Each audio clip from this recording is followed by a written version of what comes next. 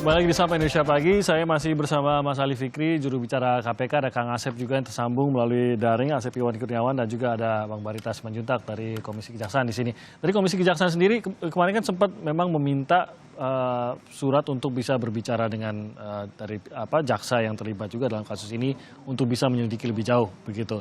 Apakah sampai saat ini sudah ada penyelidikan yang dilakukan oleh dari Komisi Kejaksaan yang akhirnya bisa dipenuhi dari kejaksaan? Ya, laporan hasil pemeriksaan sudah kita terima. Nah, sementara kita dalami itu, kemudian ada perubahan status hukum oknum jaksa P, kemudian jadi tersangka dan ditahan. Tentu orientasi pengawasan komisi menjadi bergeser ke arah pemantauan dan pengawasan terhadap proses penyidikan yang berjalan. Nah, atas dorongan juga, itulah nanti jam 9 ada expose perkara dalam penyidikan ini. Disinilah kita nanti akan melihat simpul-simpul apa yang selama ini menjadi perhatian publik. Ya, sebab itu tidak bisa ditutupin karena ekspos itu kan mengungkapkan semua data-data dokumen, termasuk alat-alat bukti yang akan disampaikan di situ yang selama ini kita belum bisa dapatkan. Saya ingin tahu adalah apakah dimudahkan atau dari Komisi Kejaksaan sendiri merasa masih ada kesulitan untuk itu tadi mengawasi kasus ini berjalan, data-data yang bisa didapatkan juga masih ada kesulitan, atau sejauh ini cukup puas, cukup transparan dengan pengawasan atas kasus ini? Ya, awalnya memang agak lambat ya, artinya kita memang kesulitan. Tetapi dengan perkembangan yang sekarang tentunya, apalagi nanti untuk pertama kali kita diundang untuk ekspos dalam kasus ini, saya kira itu juga kemajuan yang kita harapkan bisa membantu komisi juga untuk menjawab harapan publik, serta memberi kesempatan juga kepada komisi memberi catatan publik terhadap kasus ini, agar penanganan kasus ini betul-betul bisa dipercaya, karena pertaruhannya adalah kredibilitas institusi. Jaksa itu tidak hanya oknum jaksa P, banyak yang baik berdedikasi.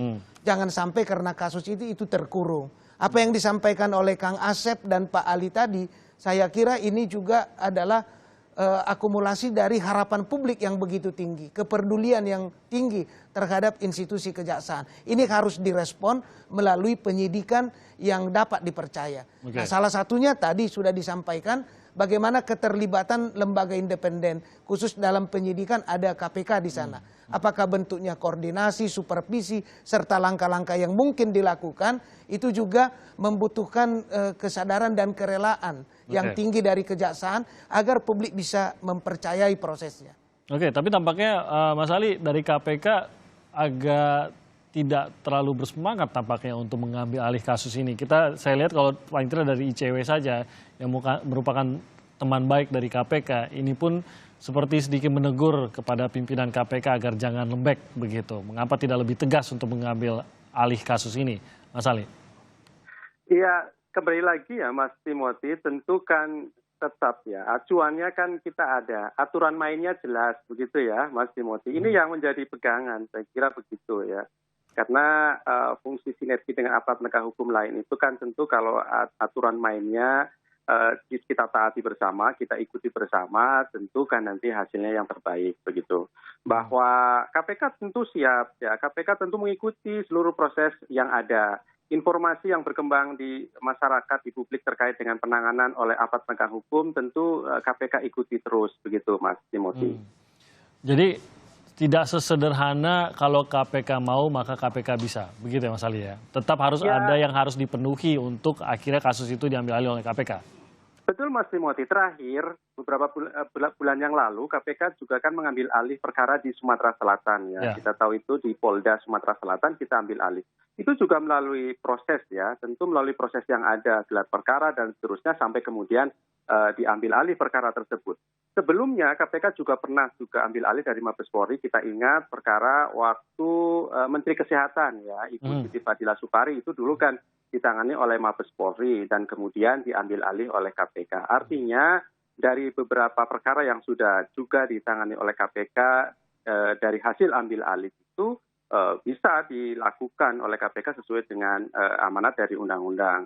Pun demikian di dalam dua kasus ini yang ditangani aparat penegak hukum, tentu KPK siap ambil alih tersebut. Tetapi sekali lagi catatannya adalah kita akan lihat lebih dahulu sejauh mana perkembangannya dan apakah pasal 10A yang menjadi aturan mainnya dipenuhi atau tidak di sana, begitu ya. Oke, nah itu kalau Mas Ali dan juga teman-teman di KPK tentu saja harus mengikuti aturan-aturan yang berlaku tadi. Tapi Kang Asep, Anda sendiri melihat apakah boleh masyarakat merasa bahwa kasus di tangan kejaksaan ini berjalan lambat? Kita tahu proses hukumnya ada, jangka waktunya ada, tidak ada yang salah di situ. Kita percayakan kepada penyidik karena mereka yang benar-benar mengetahui kasusnya. Tapi salahkah kalau masyarakat merasa bahwa ini berjalan cukup lambat, Kang Asep? Ya, kan proses hukum itu karena laporan, karena pengaduan, karena tertangkap tangan. Di 10A tadi syarat A-nya karena ada laporan masyarakat. Di 10A huruf C ya ada pelaku sesungguhnya ya, yang tidak ditindaklanjuti. Artinya tadi ya ketika publikasi masyarakat berhak mengikuti karena di Undang-Undang Korupsi itu ada disebutin partisipasi publik, partisipasi masyarakat. Jadi ketika masyarakat aware, ada perhatian, harusnya berterima kasih loh masyarakat mau perhatikan. Coba kalau masyarakat tidak mau memperhatikan, kan artinya betul-betul masyarakat udah peduli amat lah, gue udah nggak percaya, kan lebih parah lagi. Tapi justru ketika masyarakat mengharapkan laporan ke Komisi Kejaksaan, laporan ke Kejaksaan, laporan ke KPK, artinya apa?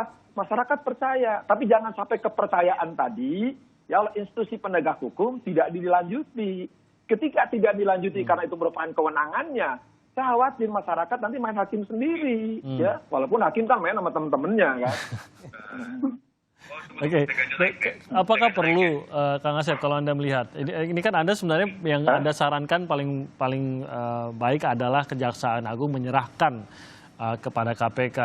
KPK tadi memang harus mengikuti sejumlah aturan, tapi ada satu jalan lagi yaitu kalau memang Presiden yang akhirnya memerintahkan agar kasus tersebut ditangani oleh KPK. Perlukah kita sampai ke sana?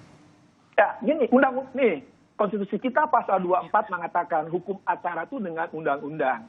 Ini ada undang-undang KPK, baik undang KPK yang lama, maupun yang baru yang disebut oleh tadi Pak Ali Fikri, pasal 6, pasal 8, pasal 10. Itu jelas, tuntas, ya. Kewenangan KPK, supervisi, koordinasi, maupun mengambil alih.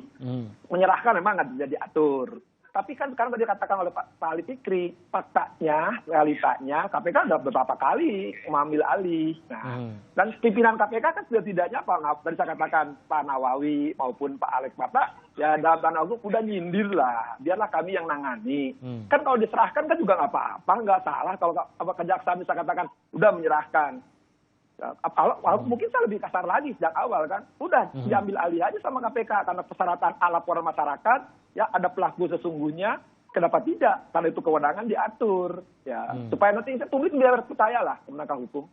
Oke, sejumlah paling tidak ya, walaupun kita belum mendapatkan nama gitu, Pak Barit, tapi dari beberapa laporan-laporan terhadap pemeriksaan yang sudah berjalan sejauh ini, dari pihak wartawan juga sudah mendapatkan ada nama-nama besar yang sempat disebutkan oleh Jaksa P ini, nama besar dalam arti petinggi di dalam kejaksaan yang sempat disebutkan, atau paling tidak dia pernah mencatut nama seorang petinggi di dalam kejaksaan untuk mencoba memberikan rasa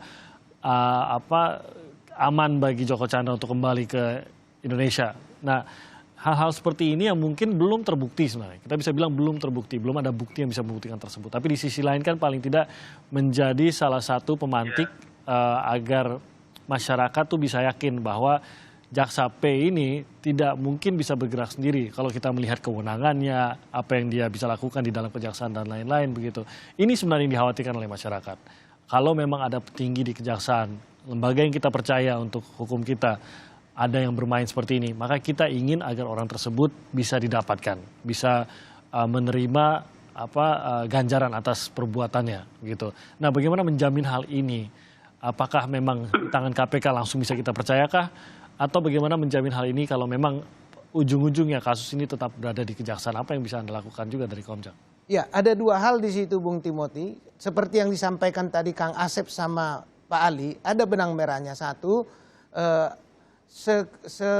bagaimana bisa mengungkap kasus ini dipercaya masyarakat kan butuh public trust. Sebab nanti kalau hasilnya memang dugaan itu catut nama, kalau dia dihasilkan dengan proses yang transparan dan dapat dipercaya, ini selesai.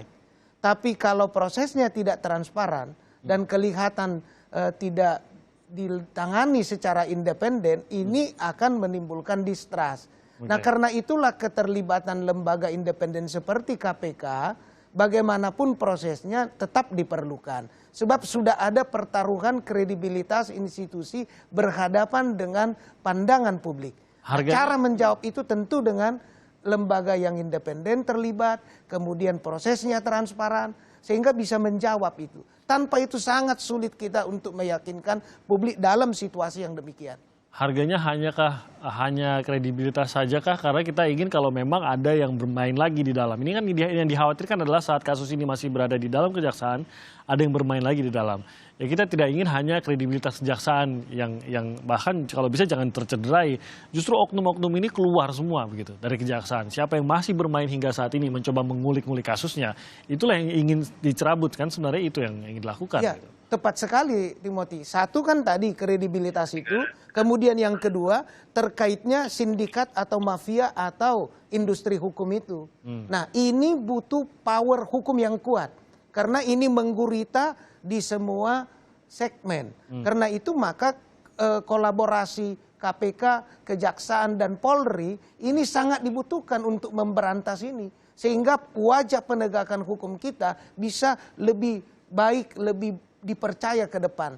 Ini hanya satu contoh, ini hanya satu pintu masuk untuk melihat bagaimana ruwetnya persoalan penegakan hukum ini pada skala yang lebih luas. Jadi tidak hanya berhenti di sini, tapi selanjutnya adalah pertaruhan kita menegakkan wibawa negara hukum. Oke, Mas Ali, akankah ada keraguan kalau memang KPK menangani hal ini? Kita tahu KPK bukan hal yang baru kalau KPK bentrok dengan lembaga lainnya, begitu. Sampai heboh lah begitu, sampai keluar beberapa binatang-binatang yang menjadi contoh dinamakan begitu. Kalau memang ada petinggi kejaksaan yang terlibat kasus dipegang KPK, ada petinggi Polri juga yang ternyata terlibat juga dan terbukti, akankah ada keraguan dari KPK? Karena mungkin saja akan terjadi lagi hubungan yang meruncing antara KPK dengan lembaga lainnya atau badan lainnya akibat penyelidikan yang ternyata berujung pada petinggi-petinggi di lembaga atau badan tersebut.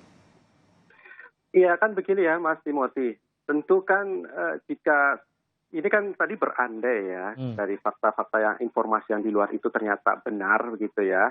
Walaupun sekali lagi kita harus melihatnya nanti di forum resminya adalah diekspos atau gelar perkara gitu ya. Yang kedua, tentu kalau kemudian dalam proses penyidikan itu adalah tetap berpegang pada basis undang-undang ya, basisnya adalah undang-undang bahwa ketika menetapkan seseorang menjadi tersangka itu adalah adanya bukti permulaan yang cukup dan bukti-bukti itu memang firm, artinya memang sudah cukup kuat, tentu siapapun tidak bisa membantahnya begitu Mas Timothy. Itu prinsipnya begitu. Di dalam proses penyidikan tentu jika alat buktinya kuat, saya kira siapapun bisa ditindaklanjuti dan digali lebih lanjut fakta-fakta itu untuk dikembangkan. Apapun resikonya begitu ya Mas Ali? Iya tentu begitu Mas Timothy. Oke, Kang Asep, kalau memang ini oknum-oknum kejaksaan, oknum kepolisian, oknum pengusaha, oknum penasihat hukum ini memang bermain secara sistem di sini, kalau tadi Bang Barita mengatakan sepertinya memang sudah berbentuk mafia hukum, KPK bukan pertama kali juga menghadapi mafia hukum. Kalau memang oknum-oknum ini justru menyatukan kekuatan untuk melawan KPK yang mendalami kasus ini, apa yang Anda lihat harus dilakukan oleh KPK untuk mempersiapkan, mengingat bahwa ini kasus yang besar, ada uang yang banyak yang terlibat di dalamnya, dan ternyata ada sejumlah petinggi. Bagaimana KPK juga bisa siap untuk benar-benar memberikan transparansi, untuk memberikan hasil yang diinginkan secara hukum? Ya, pertama saya kira KPK harus bisa kewenangan tadi, ambil alih aja lah karena memberi persyaratan 10A. Saya yakinnya itu. Kedua, belajarlah kejaksaan dari kasus Urip Gunawan dulu. Ya, bagaimana Urip Gunawan melibatkan petinggi-petinggi hingga ada bagaimana KPK waktu itu dengan kejaksaan. Saya kira Pak Ali Fikri bisa disaksi sejarah ya, dan beliau kan harus jaksa jadi tahu persis ya. Bagaimana itu melibatkan kemana-mana di persidangan ceritanya kan. Nah, itu sekarang ada komisionernya Pak Mamelango. Jadi jangan sampai kasus dulu yang melibatkan oknum penegak hukum, melibatkan petinggi oknum juga, melibatkan penguasa, terulang lagi di kasus ini. Kasus ini saya pikir Pak malah sekarang publik mempunyai dalam tanda petik ya, walaupun ini bukan bukti untuk di persidangan, fakta-fakta yang memang gampang dicari gitu kan. Dari minimal komunikasi yang terjadi itu di jejak digital yang paling gampang kita nyarinya gitu kan. Apalagi sekelas KPK itu pasti sangat sudah pandai lah kalau KPK untuk itu. Kalau itu sampai nanti dibuka di persidangan, kan lebih nanti pertanyaan masyarakat akan bertanya, loh kenapa dulu di kejaksaan nggak dibuka ini, terbukanya malah di persidangan. Nah, saya pikir ya sekarang kalau saran saya sudahlah KPK ambil alih aja lah kalau nggak mau diserahin. Jadi daripada justru terbuka belakangan begitu ya? Iya. Kalau sekali lagi kalau kita mau belajar dari pengalaman kasusnya Urip Gunawan dulu kan, Jaksa Urip Gunawan bagaimana dia melibatkan dulu kan juga melibatkan petinggi juga kan, oknum petinggi sehingga secara petik mundur dan sebagainya lah. Saya kira sejarah itu sudah tercatat kira-kira. Kalau itu sampai terulang, saya khawatir masyarakat tadi ya tidak memberi perhatian. Nah apalagi sekarang ada keterlibatan Komisi Kejaksaan dengan Pak Barita. Saya senang tuh istilah tadi jangan sampai gurita. Nah kita butuh Pak Barita. Nah butuh orang-orang jadi tikri di sini kan supaya jadi semuanya bersih gitu kan. Kalau bersih kan enak kita. Negara hukum ini kan enak. Kalau lihat ternyata penegak hukum oknum yang ada di institusi lain sekarang ditangani oleh oknum ya ada ditangani oleh penegak hukum yang tidak ada oknumnya kan. Kalau di kepolisian kan oknumnya udah jalan sampai petingginya. Di kejaksaan kita harapkan ya. Nah sekarang kalau ditangani oleh KPK, diambil oleh KPK tidak berkepentingan karena orangnya tidak ada oknum yang terlibat kan. Jadi tidak ada conflict interest di situ. Sehingga ketika tangani oleh KPK, saya pikir ya tidak-tidaknya masyarakat terobati lah ya kecewaan. Mungkinkah satu kasus yang paling tidak, Kang Asep? Jadi mungkin hanya kasus Jaksa Pinangkinya begitu, tapi kasus Joko Chandra sendiri diteruskan oleh kejaksaan, atau harus keduanya kalau menurut Anda? Karena di pasal 10A itu mengatakan penyidikan dan atau penuntutan. Kalau sekarang penyidikan udah naik ke penuntutan, KPK masih punya kewenangan. Jadi tidak hanya di penyidikan dan atau itu disebutkan. Jadi ketika walaupun di penuntutan ada di kejaksaan, ya KPK masih berwenang di situ, ya oleh undang-undang. Ya, karena saya khawatir nanti gelar perkara, saya khawatir maaf dengan segala hormat, hanya dibatasi di Pinangki. Kalau Pinangki tadi saya katakan di awal, itu sudah jelas, tegas, tuntas lah saya katakan ya buktinya. Tapi yang diharapkan oleh publik tadi ya, ada oknum-oknum lain ya, yang memang tidak terbuka, yang sekarang faktanya paling gampang, tadi sederhana, ada komunikasi yang setelah kejadian masih komunikasi. Ya, yang tadi saya pendapat ini bukan bukti hukum karena masih menyebar di masyarakat, tapi kan jejak digital itu kan fakta, itu ada. Dapat ditelusuri itu ya, gunakan aja undang-undang dokumentasi elektronik, informasi elektronik, dan itu tidak akan terhapus ya. Pertanyaannya ngapain ada komunikasi kan 2 kali kan, dan itu malah setelah kejadian lah, setelah rame publik kan. Apalagi kalau belum kejadian, seharusnya tidak boleh seorang oknum penegak hukum ada komunikasi kan, entah melalui pengacaranya, entah melalui pihak lain, entah yang bersangkutan sendiri. Ini kan pertanyaan besar yang harus dijawab oleh kejaksaan. Jadi kasusnya sendiri justru jangan-jangan masih berjalan begitu ya, Kang Asep ya, komunikasi ya, dan koordinasinya. Kita berharap lah ya bahwa kejaksaan masih berharap harapan publik dijawab oleh kejaksaan bahwa kami tidak berhenti di Pinangki ya, ada yang oknum-oknum lain yang harus dibuka gitu kan. Oke, baik. Dari Komisi Kejaksaan juga nanti kita akan mengikuti ya, jadi mengikuti gelar perkara yang dilakukan pada hari ini. Dari KPK juga tadi Mas Ali juga sudah mengatakan akan mengikuti. Dan kita akan lihat bagaimana hasil dari gelar perkara, apakah ada informasi terbaru. Kalau ada bukti baru, apakah akan di-share di situ, Mas Barita, mungkin biar publik bisa tahu apa yang bisa diikuti dari gelar perkara ini? Ya, saya kira itu hal yang seharusnya ya. Di situ kita bisa melihat keseluruhan prosesnya, termasuk tadi data-data digital, lalu alat-alat bukti. Namanya ekspos pasti itu secara komprehensif disampaikan. Dan Anda yakin kejaksaan akan transparan akan dirinya? Nah itu kan akan kelihatan nanti di dalam ekspos. Kalau ada yang ditutup itu pasti kelihatan. Dan saya kira tidak akan mungkin itu terjadi karena sorotan dan perhatian publik yang begitu besar. Saya kira itu hal yang secara profesional akan berjalan dengan keberanian mengundang ekspos itu. Berarti semangat untuk transparansi saya kira sudah mulai ada. Dan kita harus memberikan kesempatan untuk itu. Agar juga bisa meyakinkan dan memberi harapan publik terhadap penanganan kasus ini. Oke, Mas Ali, apakah pimpinan atau dari tim KPK yang akan hadir nanti? Informasi yang kami terima dari Kedeputian Penindakan, Mas, karena ini kan persoalan ekspos ini kan teknis ya, bagaimana penanganan perkara. Betul kata Pak Barita tadi, dalam ekspos itu nanti akan digelar, akan dibuka seluruh fakta-fakta hasil dari perkembangan penyidikan, dan ini langkah maju saya kira sehingga bisa diikuti bersama secara resmi ya, secara resmi fakta-fakta itu. Jadi apakah informasi yang di luar tadi yang salah satunya juga disebutkan oleh Pak Asep tadi apakah sudah masuk tentu akan dilihat di sana begitu. Oke, benarkah kalau ada yang ditutupi akan terlihat seperti kata Bang Barita tadi, Anda setuju? Ya, tentunya kan begitu ya, Mas. Kalau gelar perkara di beberapa kasus itu tentu kan akan sangat terbuka ya fakta-faktanya dan siapapun boleh berpendapat di situ melihat dari fakta-fakta yang ada gitu ya. Kemudian tentu alat bukti juga akan diperlihatkan sehingga nanti menjadi jelas seperti apa konstruksi perkara secara lengkap dan utuh. Jadi ini saya kira kalau kemudian diikuti oleh pihak lain ya, saya kira ini menjadi bukti transparansi yang bisa dilihat. Tapi sekali lagi bahwa KPK tentu juga nanti akan melihat dan menilai hasil dari perkembangan penyidikan tersebut, sehingga nanti apakah tadi apa yang disampaikan Kang Asep di pasal 10A terpenuhi, ya kita lihat di situ. Gitu. Termasuk yang kedua nanti seperti yang sudah disampaikan bahwa KPK juga akan mengundang dari pihak Kejaksaan dan pihak dari Mabes Polri terkait dengan laporan perkembangan penyidikannya nanti sehingga bisa dilihat secara utuh kembali sejauh mana penanganan perkara kedua institusi tersebut. Oke, baik Kang Asep, mungkin apakah diserahkan kepada KPK atau tidak ataupun KPK mengambil alih kita belum tahu, akan dilihat perkembangannya. Tapi menurut Anda apakah waktu cepat atau lambat itu tetap akan menjadi faktor yang akan menentukan apakah kita bisa mengungkapkan kasus ini secara gamblang dan transparan atau tidak? Saya yakinnya hakul yakin ya, cepat atau lambat ya, kekhawatiran publik akan terbukti justru kalau nggak diserahkan kepada KPK atau tidak diambil oleh KPK dan akan terungkap di persidangan. Setidak-tidaknya tuh teman saya si Bonyamin tuh maki pasti akan teriak-teriak itu, setidaknya itu kan, karena dia punya rekaman dan sebagainya yang dilaporkan ke Komisi Kejaksaan. Artinya apa? Kalau ini tidak diserahkan ke KPK atau tidak diambil alih, bahasa hukumnya sebenarnya diambil alih oleh KPK, ya, saya pikir nanti di persidangan akan semakin terbuka dan terkuat, ya. Nyanyian itu akan ya maju tak gentar membela yang bayar. Oke, baik, semoga itu bukan itu yang kejadian. Kang Asep, terima kasih banyak atas waktunya bersama kami.